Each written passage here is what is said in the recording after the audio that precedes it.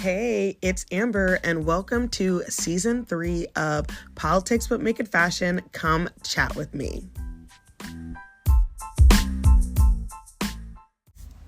Hello, everybody, and happy Sunday. If you hear the wonderful thunderstorm in the background while I'm recording, you know. But it is definitely storming out here, so if you're in any PA, stay warm. I love a good thunderstorm, though. Some nice rain, a good breeze. It gets all dark and gloomy. My kind of day. So, it is a Black Maternal Health Week. And I don't know if you guys know what that is or anything, so I'm going to read you off some stats. First things first. So about 60% of maternal deaths that happen are preventable. And I want you to keep that in mind as I'm going down a list. Black women are 22% less likely to receive pain medicine. That's why Black people were left out of the opioid epidemic. I can always go into a whole bunch of details about that if you guys want me to. 40% of first and second year medical students believe Black skin is thicker than white skin.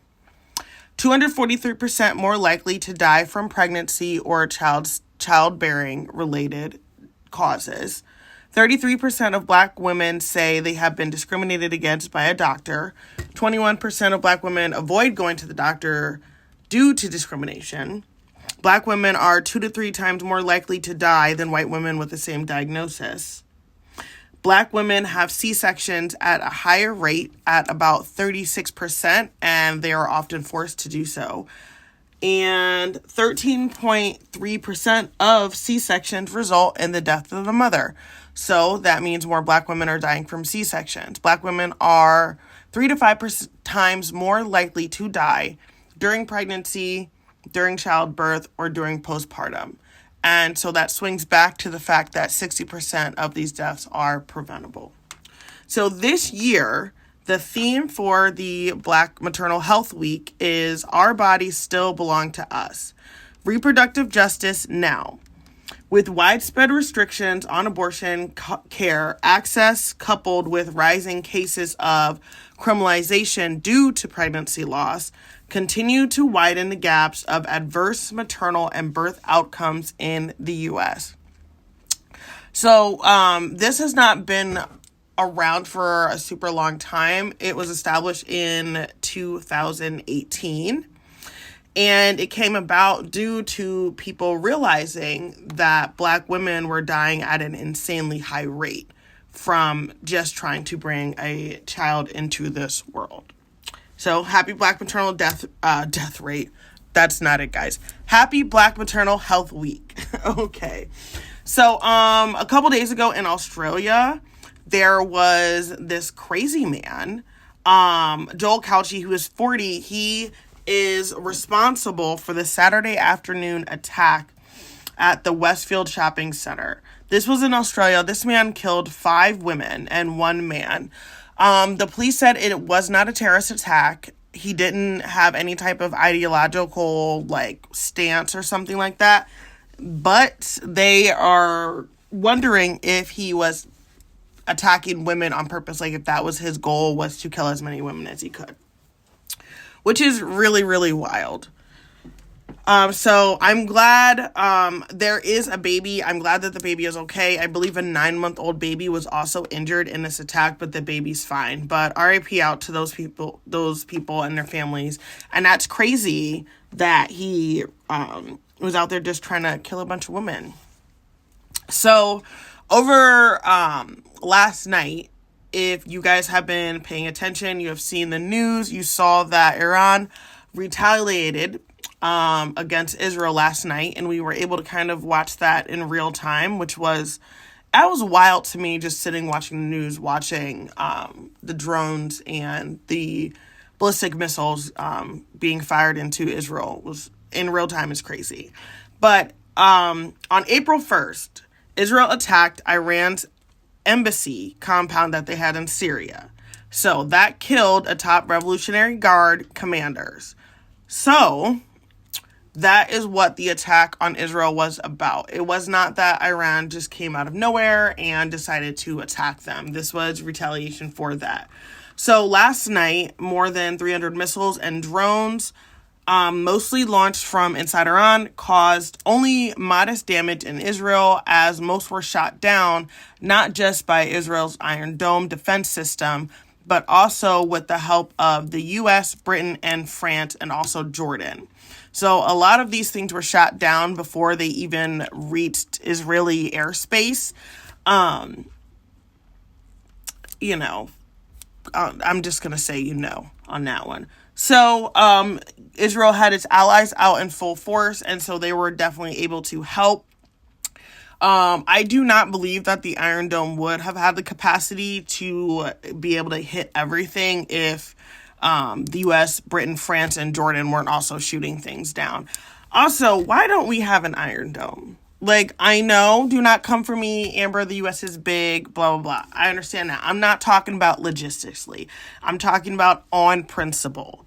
On principle, why don't we have an Iron Dome? I mean, we pretty much paid for theirs. We pay for their citizens to have universal health care, and we pay for their citizens to go to school for free, and they have an Iron Dome. Why can't we have that? Why don't we get one? Okay. So we'll see what happens. There was not a ton of damage. I read two different reports. One said that like a 7-year-old little baby was injured, and another one said a 10-year-old little baby was injured. I do not know if they're the same person and they just weren't sure about their age, but nobody was killed in the attack, and I believe that there really wasn't too many injuries, which is good. And I think that this attack was more just to show Israel, like, please stop messing with us because we will try to blow you up. Because if Iran wanted to, I think they could have 100% launched a sneak diss attack and not have basically said, hey, we're going to go do this. It happened slowly over time, so it was enough time for Israel to get all its allies together, for us to get our ships into the Gulf, for Jordan to get their air defense set up and different things. All the airspace around everywhere was closed. So it gave Israel a lot of time to get things set up to actually defend itself. And I don't think this attack was necessarily to, kill a whole bunch of people. I think this was to say, we will retaliate against you if you keep messing with us and if you don't leave us alone. And Iran had told America, please don't get involved in this. And I guess Biden finally told Netanyahu that, hey, if you guys go back to retaliate, we don't have your back, we're not going to help you, which is good. Finally, I know that BB don't like to listen to anybody, so I'm not going to say, he's definitely going to listen to Biden on this one, but I'm glad that he is finally saying something. Speaking of President Biden, he will be here in my area in NEPA. I am not going.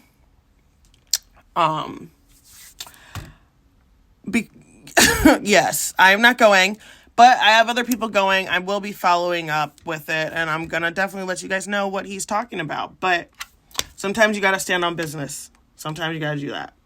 So something that is not as tragic as that I really want to talk about and get into. So first we have to rewind.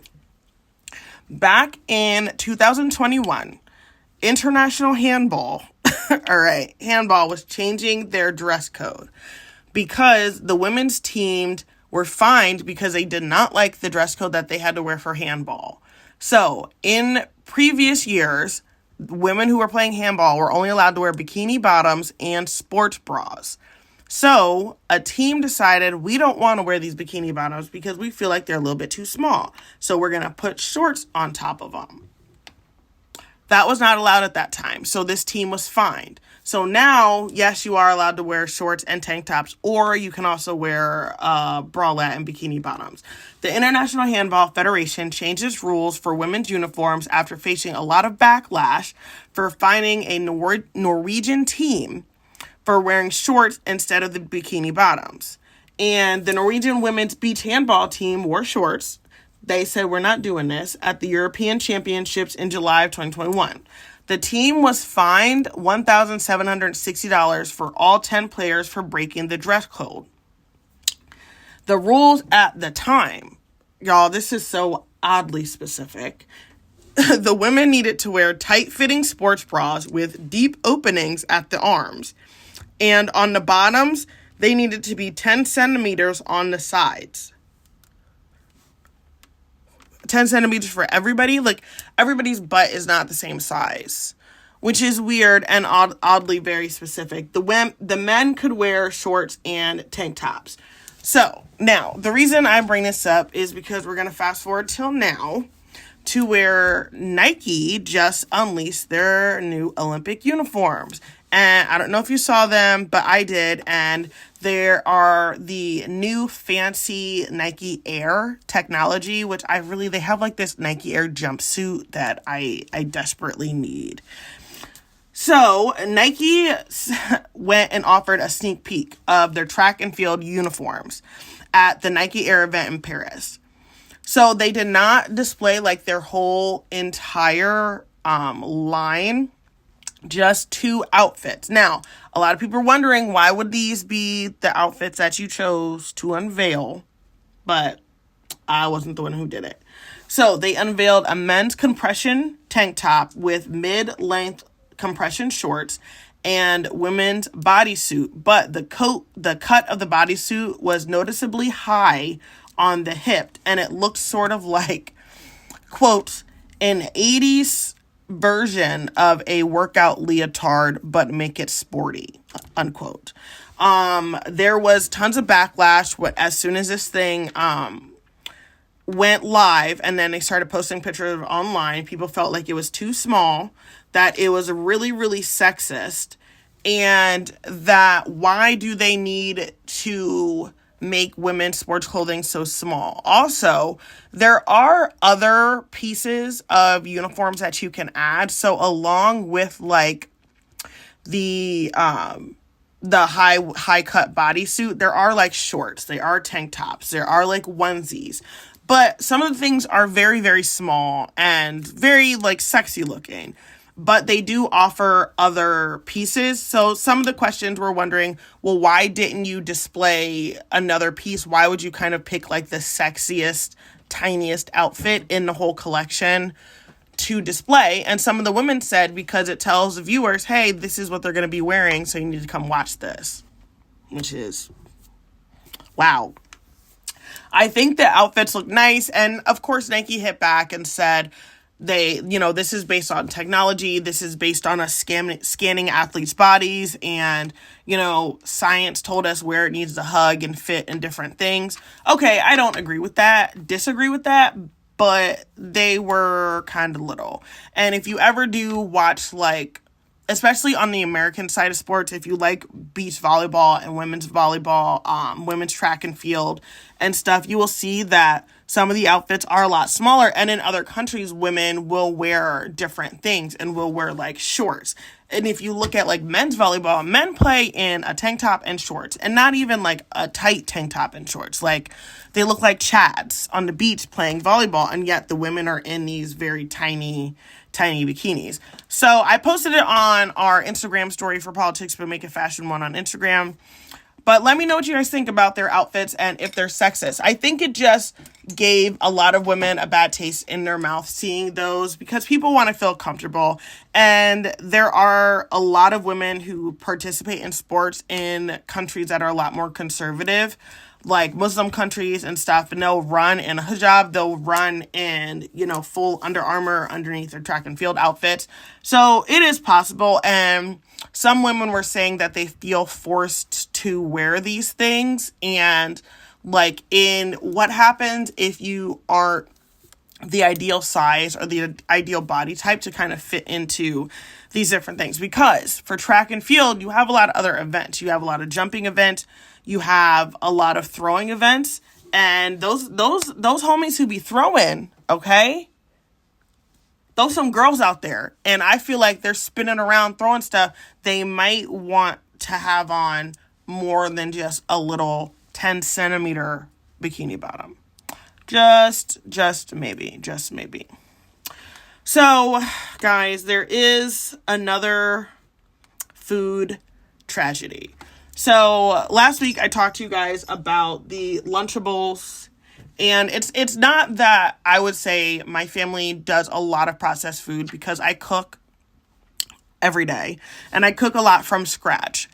But I do like to have snacks on hand, previously Lunchables, because once they get home from school, it's something that she can just grab really quick while she's doing her homework and everything, while you're getting stuff together, and then you can move on to be able to cook dinner.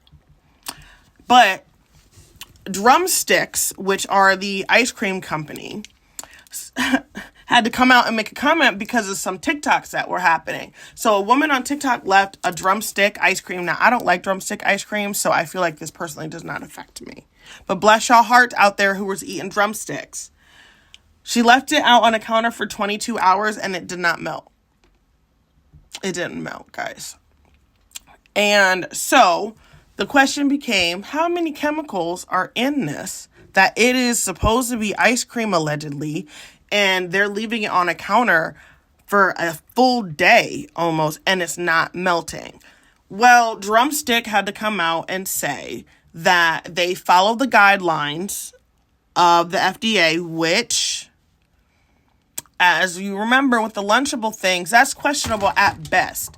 That doesn't tell me much. If you say you're following the guidelines of something that has questionable guidelines, So what is that? They also said that they do add in preservatives and other thickening things to help the ice cream keep its shape while you're eating it. I just don't want to eat it anymore. And it was very creepy to look at it not melting. So now those are two things on the chopping block. And again, when they say they're going to stay in the guidelines, because with the Lunchable things, there's no across the board US guidelines for how much lead could be in Lunchables. So they had to use California's guidelines to even have a baseline for that. So what's the baseline for this? And what is the additives that they're adding in there to make it hold its shape? And why does it need to hold its shape, right? It's ice cream. We know it's going to melt. Exactly. So this week is just going to be a little mini episode because I brought you guys a full episode on Wednesday. But I do want to let you know that I have coming up on April 16th at 7 p.m. This will be at Geisinger Commonwealth School of Medicine, which is 525 Pine Street. And it is the Birthing Joy, reclaiming our right to health and safe pregnancies. I am on a panel of this event. I will be talking because it is Black Maternal Health Week, and this will be brought to you by Geisinger Commonwealth School of Medicine, the Lackawanna County NAACP, and the Black Scranton Project. So I will be talking about my birthing experience and, just dealing with the discrimination and racism in the birthing process, and almost becoming a statistic of one of the women who would lose their lives in the birthing process. I did a previous podcast called Life and ... which I talk about my birthing experience of being pregnant and kind of having pre-existing conditions, and pretty much almost becoming a statistic to the Black maternal death rate. So if you are in this area, come out and hear myself and other women. There's doctors and other people who are very much smarter than I am. And it should be a good time. I believe there will be some refreshments. Y'all know I love me some refreshments. So if there's going to be food, then I will be there. Make sure that you guys give us a subscribe wherever you listen to podcasts. Our subscriptions are going up on Spotify and also on Apple Music, which is so great. So thank you so much, guys. We have a YouTube channel, Politics But Make It Fashion. I post the episodes up there every week as well. So if you're into YouTube and that's how you like to listen to your podcast, then definitely follow us on YouTube. Follow us on Instagram at Politics But Make It Fashion 1, and we are on Facebook at Politics But Make It Fashion. And we will chat soon.